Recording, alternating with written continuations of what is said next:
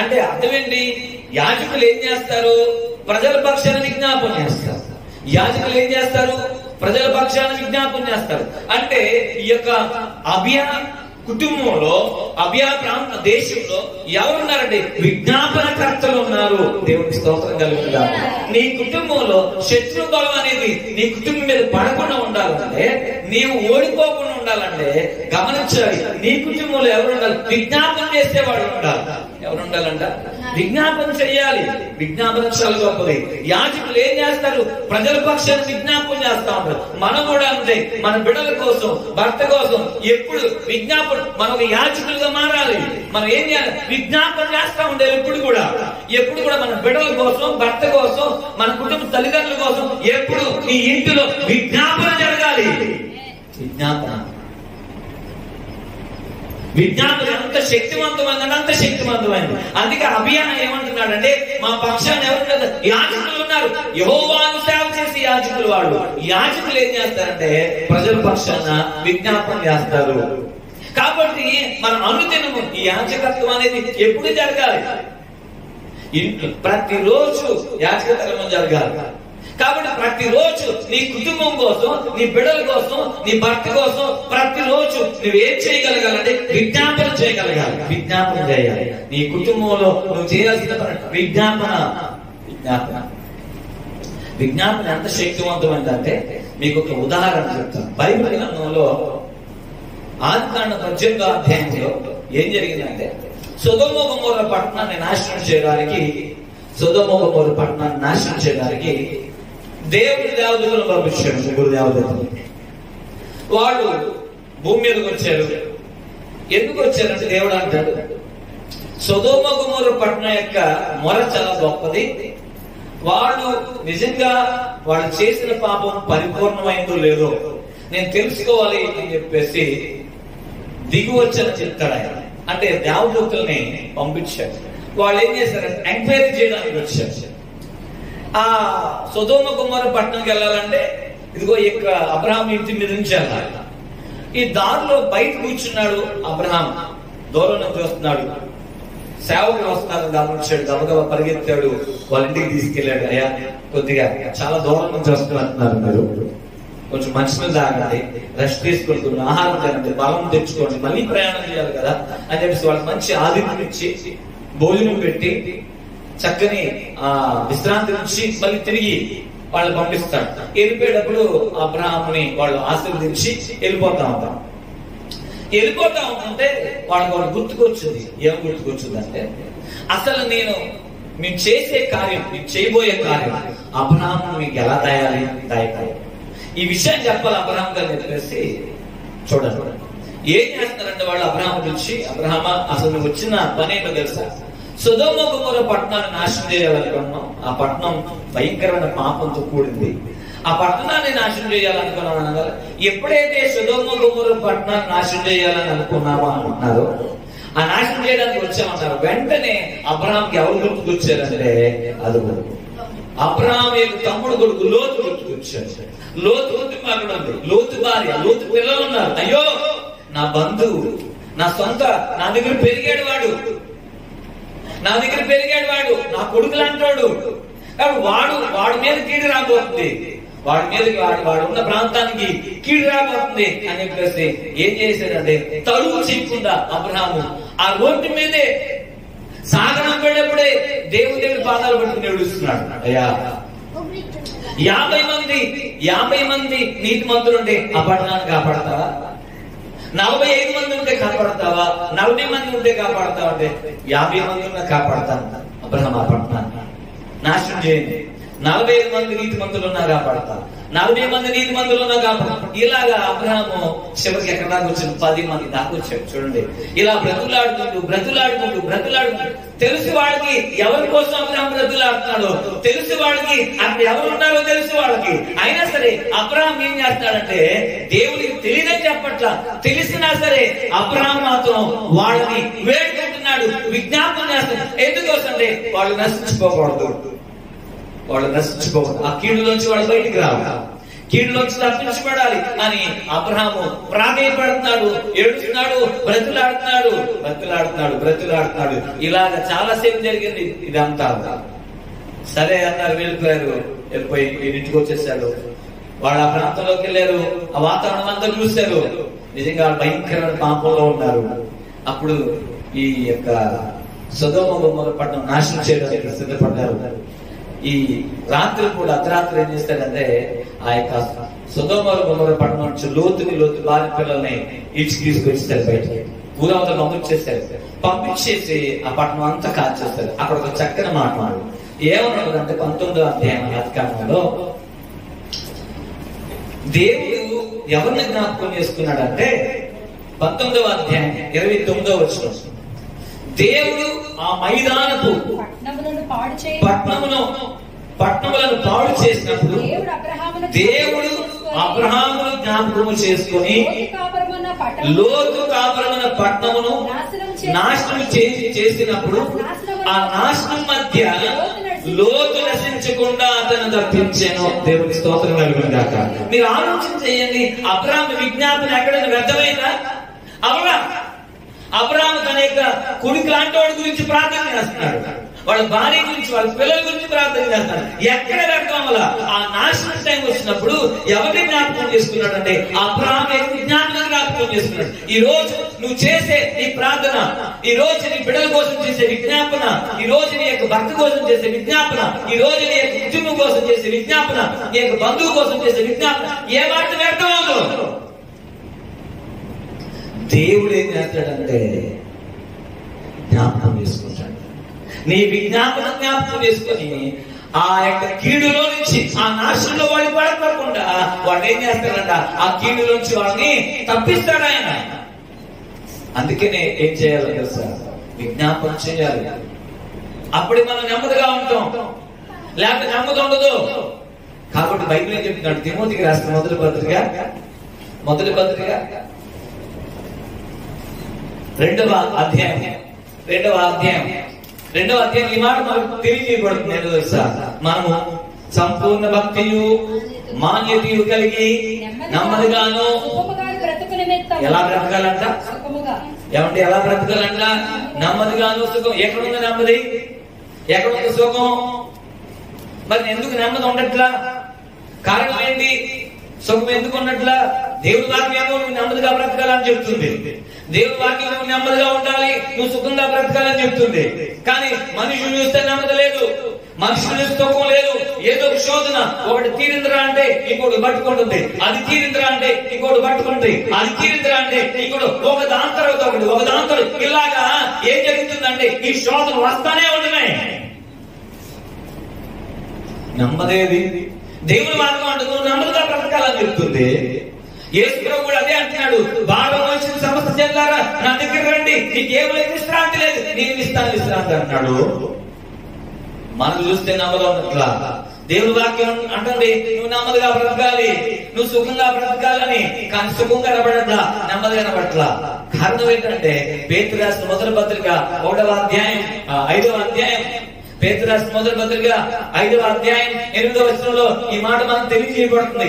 ఎందుకు నెమ్మది ఉండట్లేదు? కారణాలు ఏంటి అంటే చూడండి ఒకసారి. ఏమో తెలుసా? నిబ్బరమైన బుద్ధి గల వారే మెలకుగా ఉండండి, మీ విరోధి అయిన అపవాది గర్జించు సింహం వలె. ఏంటంటే ఎలా ఉన్నాడంటే వాడు సింహం కాదు, కానీ లాగా గర్జించు సింహం వలె. సింహానికి ఒక క్రూరత్వం ఉంటది. ఆ క్రూరత్వం ఏం చేస్తుందంటే ఏ జంతువును కూడా వదిలిపెట్టదు. దానికి కనపడిన ప్రతి జంతువును కూడా చీల్చి చెండాడి నాశనం చేస్తుంది. అందుకనే గర్జించు సింహం వలె ఎవరిని మృంగుదునా అని వెతుకుతూ తిరుగులాడుచున్నాడంట మీ విరోధి అని అపవాది. అందుకనే మనిషికి ఏం ఉండట్లా, నెమ్మది ఉండట్లా, సుఖం ఉండట్లా. అందుకే ఇర్మియా గ్రంథంలో కూడా, ఇర్మియా గ్రంథం 9వ అధ్యాయంలో ఏముందంటే ఇదిగో మరణము కిటికీలో కూర్చున్నది, నడి మార్గంలో యవనస్తులు లేకుండా, పసిపిల్లలు లేకుండా నాశనం చేస్తుంది, మరణం వెంటాడుతుందని చెప్తుంది దేవుని వాక్యం చెప్తున్నారు. మరి ఏం చేయాలి? ఒక పక్క నుంచి మరణం వెంటాడుతుంది, అపవాదు శోధిస్తున్నాడు, నువ్వు ఎప్పుడు దొరుకుతావా. వాడికి ఎలా దొరుకుతామని చెప్పమంటారా? పాపం ఎప్పుడైతే మన ఇంట్లో ప్రవేశిస్తుందో వాడికి అవకాశం వస్తుంది. పాపం ఎవరి ద్వారా ఇంట్లోకి రావచ్చు. నీ భర్త ద్వారా పాపం ఇంట్లోకి వచ్చింది, లేకపోతే నీ పిల్లల ద్వారా పాపం ఇంట్లోకి రావచ్చు, లేకపోతే నీ ద్వారా అయినా పాపం ఇంట్లోకి రావచ్చు. పాపం వచ్చిందంటే పాపంతో పాటు ఏమొస్తుందంట? మరణం కూడా వస్తుంది. ఎందుకని? పాపం వల్ల వచ్చి జీతం ఏంటంటే మరణమే. కాబట్టి నువ్వు చేయాల్సిన పని ఏంటంటే ఏం చేయాలంట? విజ్ఞాపన చేయాలి. ఏం చేయాలంట? విజ్ఞాపన చేయాలి. అందుకే యోగు ఎందుకని అంత దైవభక్తుడిగా ఉన్నాడు? యోగు ప్రతిరోజు వాళ్ళ పిల్లలు ఎక్కడైనా పాపం చేస్తేమో, వీళ్ళ పాపం ద్వారా ఎక్కడైనా మరణం ఇంట్లోకి వచ్చుందేమో అని వాళ్ళ నిమిత్తం అరుణోదయం లేచేవాడంట. అరుణోదయం లేచి వాళ్ళ కోసం ఏం చేసేవాడంటే దాన బలులు అర్పించేవాడు. యోగ గ్రంథం 1వ అధ్యాయం మనం చూసినప్పుడు అక్కడ దేవుని వాక్యం చెప్తుంది, ప్రతిరోజు యోగు చేసే పని అది. ప్రతిరోజు 1వ అధ్యాయం 5వ వచనంలో మనం చూసినప్పుడు వారి మీద దినములు పూర్తి కాగా యోగు తన కుమారులు పాపం చేసి తమ హృదయములో, చూడండి బయట కూడా కాదండి, ఎక్కడంట? హృదయములో. నువ్వు హృదయంలో పాపం చేసిన పాపమే, ఆలోచన ద్వారా పాపం చేసిన పాపమే, తలంపు ద్వారా పాపం చేసిన పాపమే, ఊహ ద్వారా పాపం చేసిన పాపమే. కాబట్టి అక్కడ అంటున్నాడు, హృదయములో ఒకవేళ దేవుడు దూషించారేమో. ఎందుకంటే ఆ దేశంలో యోగు అంత ఆస్తిపరుడు, కోటీశ్వరుడు ఎవరు లేరు. అంటే ఒక మనిషి దేని బట్టి, బలాన్ని బట్టి పాపం చేయొచ్చు, ధనాన్ని బట్టి పాపం చేయొచ్చు, అందాన్ని బట్టి పాపం చేయొచ్చు, హోదాన్ని బట్టి పాపం చేయొచ్చు. అందుకని గమనించాల్సిన విషయం. అందుకే యోబు ఏం చేశాడంట? దేవుడు దూషించలేమో అని వారిని పిల్లనించి వారిని పవిత్రపరిచి అరుణోదయం లేచి వాళ్ళు ఒక్కొక్కరి నిమిత్తమై దహనబలులు అర్పించుచు యోబు నిత్యము అలా చేయించుండెను అన్నాడు. యోబు ఏం చేస్తున్నాడంటే వాళ్ళ నిమిత్తం దేవుడి దగ్గర విజ్ఞాపన చేస్తున్నాడు. ఏ పాపం ద్వారా కూడా వీళ్ళ నాశనం రాకూడదు. వాళ్ళ పాపం క్షమించండి, వాళ్ళు పవిత్రపరచండి, ఆ పాపం ద్వారా అది కీడు లేకుండా చేయండి, పాపం నుంచి వాళ్ళు విడిపించండి అయ్యా. వీళ్ళు ఎటువంటి పాపం చేయకూడదు, ఆలోచన ద్వారా కూడా పాపం రాకుండా చేయండి, ఆలోచన ద్వారా పాపం రానిదయ్యా. వాడి పక్షాన్ని నేను విజ్ఞాపన చేస్తున్నా, నేను అడుగుతున్నాను, క్షమించమని అడుగుతున్నానయ్యా అని బిడ్డల కోసం యోబు ఏం చేస్తాడంటే విజ్ఞాపన చేస్తున్నాడు. ఈరోజు మనం కూడా చేయాల్సింది ఏంటంటే, మనం నెమ్మదిగా సుఖంగా బ్రతకాలంటే ప్రతిరోజు ఏం చేయాలంటే వాడు మనం విజ్ఞాపన చేయాలి. ఒక యాజకులుగా మారాలి. మనం ఎవరో తెలుసండి? యాజకులు ఎవరు? యాజకులు మనం దేవుడికి స్తోత్రం కలుగుతుందా? మనం యాజకులు అండి, రాజులైన యాజక సమూహం మనం. కాబట్టి మనం చేయవలసిన పని ఏంటంటే విజ్ఞాపన. చూడండి ఒకసారి పేతురు రాసిన 2వ అధ్యాయం, 9వ వచనం మనం చదివినట్లయితే, అయితే మీరు చీకట్లో నుండి ఆశ్చర్యకరమైన తన వెలుగులోనికి మిమ్మల్ని పిలిచిన వారి గుణాతిశయములను ప్రజలకు చేయ నిమిత్తము ఏర్పరచబడిన వంశమును, రాజులైన యాజక సమూహమును, పరిశుద్ధ జనమును, దేవుని సొత్తైన ప్రజలై ఉన్నారన్నాడు. దేవుని స్తోత్రం, హల్లెలూయా. మనం ఎవరు అంటాం? యాజకులు. ఎవరు నువ్వు? యాజకుడు ఏం చేయాలి? ప్రజల పక్షాన విజ్ఞాపన చేయాలి. యాజకుడు ఏం చేయాలండి? ప్రజల పక్షాన విజ్ఞాపన చేయాలి. నీ బిడ్డలు నశించిపోతుంటే అలా చూస్తా ఉంటావా? నీ భర్త నశించిపోతుంటే చూస్తా ఉంటావా? నీ తల్లిదండ్రులు నశించిపోతుంటే, నీ బంధువులు నశించిపోతుంటే, నీ ఇరుగు పొరుగు వారు నశించిపోతుంటే చూస్తా ఉండేవాడు దేవుడి దగ్గర చెప్పాలి. అందుకే మనం ఏం చేయాలంటే వాడు నశించకుండా ఉండడం కోసం విజ్ఞాపన చేయాలి. ఒక రోజు ఏం జరిగిందంటే, కొన్ని పొరపాట్లు జరుగుతూ ఉంటాయి. ఒక రోజు ఏం జరిగిందంటే, ఇశ్రాయేలు తిరుగుబాటు చేస్తారు. ఎవరి మీద? మోషే మీద దేవుడిని తిరుగుబాటు చేస్తారు.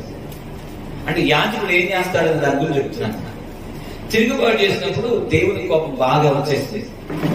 ఎవరి మీద వచ్చిందంటే ఆ ఇశ్రాయేల్ ప్రజల మీద వచ్చింది. అప్పుడు ఇశ్రాయేల్ ఐగుప్తు దేశంలో ప్రయాణం అవుతున్నారు అన్నమాట. ప్రయాణం అవుతున్నారు వాళ్ళు. ప్రయాణం అయినప్పుడు ఏం జరిగిందంటే, అక్కడ కొన్ని భేదాలు వచ్చినాయి. ఏంటి భేదాలు అంటే ఎవరో కాదు, బయట వాళ్ళే కాదు, మోషే యొక్క బంధువులే మోషే మీద తిరుగుబాటు చేస్తారు. అంటే ఏంటి, దేవుడు మాతో మాట్లాడ్డా, మేము దేవుని పిల్లలం కాదా, మోషేతోనే మాట్లాడతారా, మోషేనే గొప్పవాడు మేము గొప్పవాళ్ళం కాదా, మోషేనే పరిశుద్ధుడు మేము పరిశుద్ధుడు కాదా, మోషేనే మమ్మల్ని అర్పించాలా, మోషేనే మాకు నాయకుడా. ఇలాగ ఏం చేశారంటే కొంతమంది నిలబడి మోషే వ్యతిరేకంగా నిలబడతారు. దేవుడు తట్టుకోలేకపోయాడు. అసలు మోషే నేను రాను బాబు అంటే దేవుడు మోషేని పిలిచి నాయకుడిగా చేస్తే వీళ్ళు దేవుడు ఎన్నికను తృణీకరించారు అక్కడ. అందుకు దేవుడికి కోపం వచ్చింది. కోపం వచ్చిన తర్వాత ఎప్పుడైతే దేవుడికి కోపం వచ్చిందో ఉగ్రత వాళ్ళ మీద వచ్చి నాశనం వచ్చింది. అసలు అదైపోయిన తర్వాత చాలా మంది చనిపోతారు. చనిపోయిన తర్వాత మళ్ళీ ఏం జరిగింది అసలు, మళ్ళీ తిరుగుబాటే. అంత నాశనం జరిగిన బుద్ధి రాలా. సంఖ్యాకాండం 16వ అధ్యాయం 41 వస్తున్నాం చదివితే అక్కడ చూడండి. మరునాడు ఇశ్రాయేలు సర్వ సమాజం మోషే ఆరోనులకు విరోధముగా సణుగుచు, మళ్ళీ సణుగుచు మీరు యెహోవా ప్రజలను చంపినని చెప్పి సమాజం మోషే ఆరోను విరోధముగా కూడెను. వారు ప్రత్యక్ష గుడారం వైపు తిరిగి చూడగా ఆ మేఘము దాన్ని కమ్మెను, యెహోవా మహిమ కనబడెను. మోషే ఆరోనులు ప్రత్యక్ష గుడారం ఎదుటికి రాగా యెహోవా మీరు ఈ సమాజం మధ్య నుండి తొలగిపోడి క్షణములో వీరిని నశింపు చేయడం మోషేకు సెలవేయగా,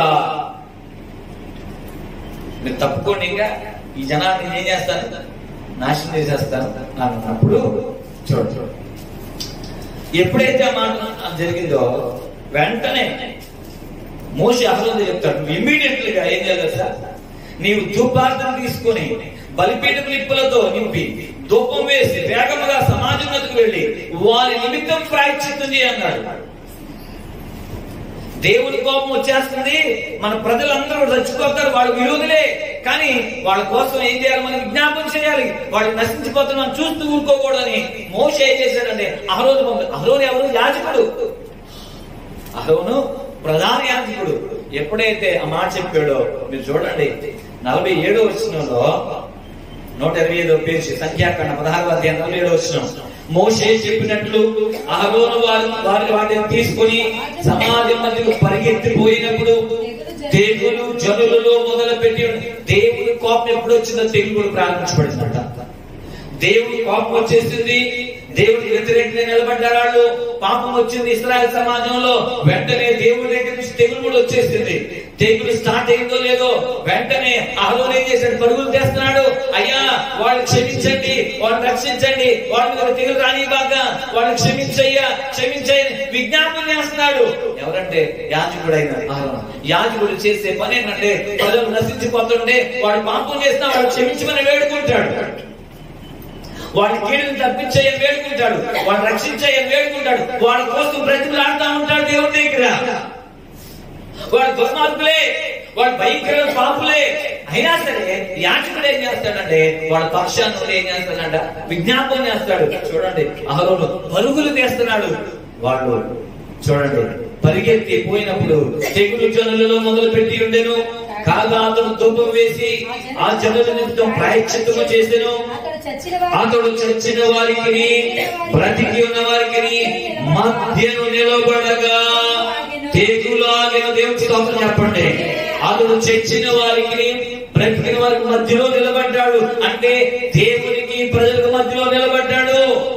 ఎప్పుడైతే మధ్యలో నిలబడ్డాడో దేవుడు ఏం చేస్తాడంటే ఆ విజ్ఞాపన చూసి తెగులు ఆపేస్తాడు. అప్పటికే తెగులు స్టార్ట్ అయిందో లేదో చూడండి. ఈ పరిగెత్తేలోకి చాలా మంది చచ్చిపోయారు. ఎంతమంది చచ్చిపోయారు చెప్పమంటారా? 14,700 మంది చచ్చిపోయారు అప్పటికి. అంటే విజ్ఞాపన ఆలస్యం అయిందంటే మరణం ఏం చేస్తుంది, వేగంగా పరిగెడుతుంది. నీ విజ్ఞాపన కన్నా వేగంగా పరిగెత్తుంది మరణం. అందుకే నువ్వు చేయాల్సిన పని ఏంటో తెలుసా? నీ బిడ్డల విషయంలో, నీ భర్త విషయంలో, నీ తల్లిదండ్రుల విషయంలో, నీ ఇరుగు పొరుగు వారి విషయంలో నువ్వు ఆలస్యం చేయకుండా ఏం చేయాలి? దేవుడి దూపాలను తీసుకుని విజ్ఞాపన చేయాలి. మందులో పరిగెత్తాలి, విజ్ఞాపన చేయాలి. మనం ఎప్పుడైతే విజ్ఞాపన చేస్తామో దేవుడు ఏం చేస్తాడంటే ఆ విజ్ఞాపన చూస్తాడు. లోతు విషయంలో అదే జరిగింది. అబ్రహాముని జ్ఞాపకం చేసుకుని ఆ నాశనంలో లోతు నశించకుండా దేవుడు ఏం చేశాడంట? తప్పించాడు. దేవుడికి స్తోత్రం, హల్లెలూయా. అందుకే అవి అన్నాడు, మా మధ్యలో ఎవరున్నారు తెలుసా? విజ్ఞాపన చేసే వాళ్ళు ఉన్నారు. యెహోవాకి విజ్ఞాపన చేసే యాజకులు ఉన్నారు మా మధ్యలో. ఎందుకని? అవి ఆ చిన్నవాడు తక్కువ జనమైనా సరే ఆ యెరొబాము మీద గెలవడానికి కారణం ఏంటంటే 10 గోత్రాల వాళ్ళ మీద యుద్ధంలో గెలవడానికి కారణం ఏంటంటే ఒకటే బలం ఉంది. ఏంటో విజ్ఞాపన చేసేవాళ్ళు ఉన్నారు ఆయన వెనకాల. ఈ రోజు నీ కుటుంబానికి ధైర్యం ఏంటో తెలుసా? నీ కుటుంబంలో విజ్ఞాపన చేసే వ్యక్తిగా నువ్వు నిలబడితే నీ బిడ్డలు ధైర్యంగా ఉంటాడు, నీ భర్త ధైర్యంగా ఉంటాడు. ఖచ్చితంగా వాళ్ళ జీవితాలు మార్పు వస్తుంది. వాళ్ళ కుటుంబం, నీ కుటుంబంలో మార్పు కలుగుతుంది. అందుకే ఒక ధైర్యాన్ని ఇవ్వాలంటే నువ్వేమై ఉండాలంటే యాజకత్వం చేయాలి. అందుకే నాకు తిమోతి రాసిన మొదటి పత్రిక 2వ అధ్యాయంలో మనం సుఖంగా నెమ్మదిగా బ్రతకాలంటే ఏం చేయాలి? అందరి కోసం ప్రార్థన చేయమన్నాడు. అక్కడ రాజుల కోసం, అధికారుల కోసం, అందరి కోసం నువ్వు ప్రార్థన చేయాలి. ఇది దేవుని చిత్తం. చదవండి ఒకసారి అది. ఇది దేవుని చిత్తం అండి. విజ్ఞాపన అనేది ఏంటంట? దేవుని చిత్తం. దేవుని చిత్తం చేసే వాళ్ళకి ఉండాలి. అన్నిటికంటే ముఖ్యంగా మనుషులందరి కొరకు, రాజుల కొరకు, అధికారులందరి కొరకు విజ్ఞాపనలను, ప్రార్థనలను, యాచనలను, కృతజ్ఞతాస్తుతులు చేయవలనని హెచ్చరించుచున్నాను. ఇది మంచిదియు మన రక్షకులకు దేవుని దృష్టికి అనుకూలమైనది. దేవుని స్తోత్రం, హల్లెలూయా.